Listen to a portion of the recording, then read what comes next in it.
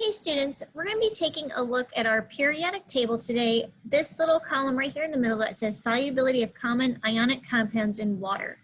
When you're writing your chemical reactions, you really need to be putting the states of matter of each of your substances, whether they're solid, liquid, gas, or aqueous.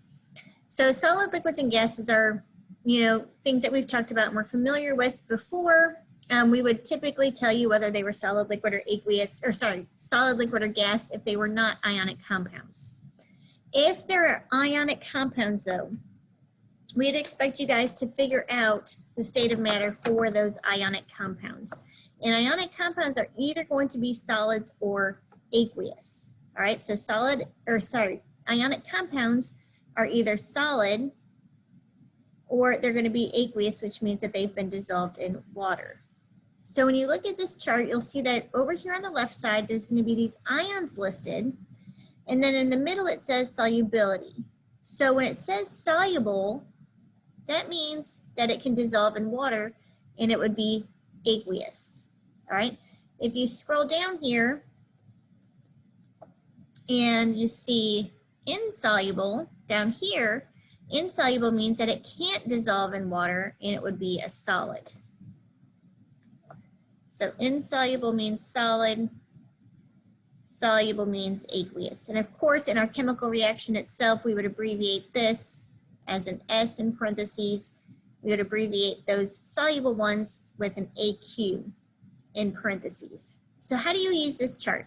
So you would actually look for an ion that was present over here on the left side. You'll notice that these are all anions. So we're looking for anions here. The middle column is going to tell you that if it's soluble or insoluble, and then the right side is going to tell you if there are any exceptions, okay? So you can see that with this top one, that's acetate.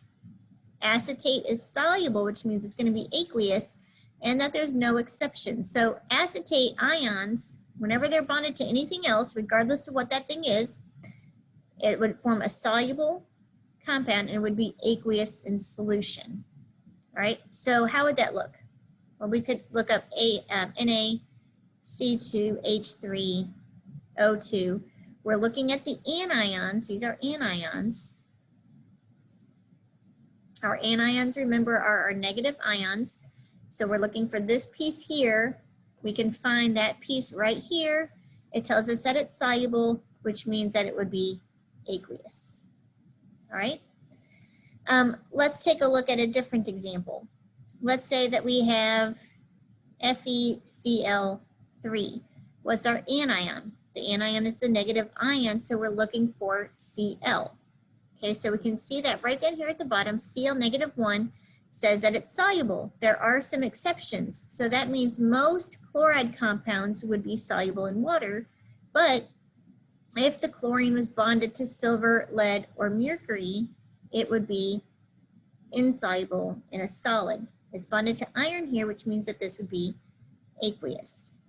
If we had silver chloride, such as this, we can see that that is, chloride's ions are usually soluble, but silver is an exception listed there, so that means that that would be solid. Okay, let me scroll down here for a second. Let's take a look at, let's say that we have Li3PO4. So again, we're looking at our anion, that's the phosphate here, PO4 -3. So here is our anion, PO4 -3. We can see that they are usually insoluble, which means that they are usually solid. But if it's bonded to ammonium, NH4+1, or if the phosphate is bonded to an alkali metal, which are your group 1s on your periodic table, then it would be aqueous. Since this phosphate is bonded to lithium, and lithium is a group 1 metal, this would be aqueous. But if we had something such as CO3PO42, we're looking at phosphate again, so we're looking at the same place. It's insoluble. Cobalt is not listed as one of those exceptions, so that means this one would be solid.